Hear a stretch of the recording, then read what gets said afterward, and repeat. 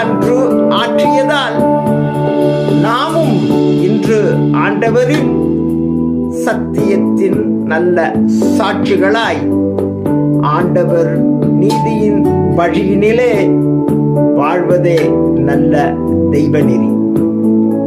மண் தரை மானிடர் எல்லாரும் பாவங்களின்றி வாழ்வதற்கு ஆண்டவர் தம்மையே அர்ப்பணித்து விதிப்படி மரணத்தை ஏற்றுக்கொண்டு மரித்துயிர்த்தெழுந்து நம்மை மீட்டார். எப்போதும் ஆண்டவர் பிரமாணங்கள் தியானித்து நாமும் வாழ வேண்டும். ஆண்டவரே நம்மை படைத்த தெய்வம். அவரே நமது மீட்பராவார். அகத்தினில் இருந்து வழி நடத்தி நீடு வாழ்வும் நமக்களித்திடுவார். இதுவே நித்திய நற்செய்தி.